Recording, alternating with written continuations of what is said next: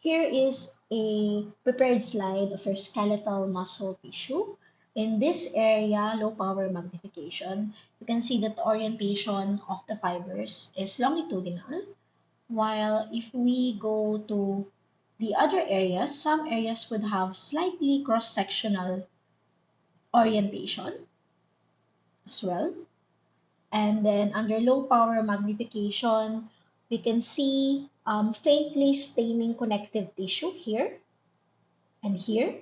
So these connective tissues, we can call this as your perimecium. And then if you will increase the magnification, connective tissue surrounding each individual muscle fiber will be termed as your endomecium.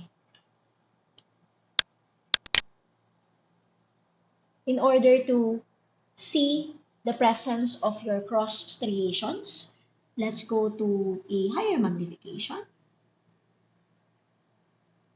In this preparation, the muscle cell nuclei are not that evident, but you can see that it's not located at the center as with cardiac or smooth muscle tissue, because this is a section of a skeletal muscle tissue.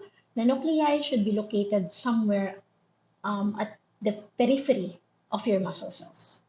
So let's use 400x magnification. There. So this time you can see the striations of your skeletal muscle cell. Here, you can see a nucleus of your skeletal muscle tissue. Again, there are the spaces here is supposedly filled up with connective tissue, which is called as your endomecium. But tissue separating whole fascicles would be termed as your perimecium.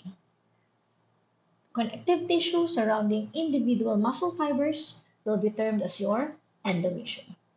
Again, you can see the cross striations here.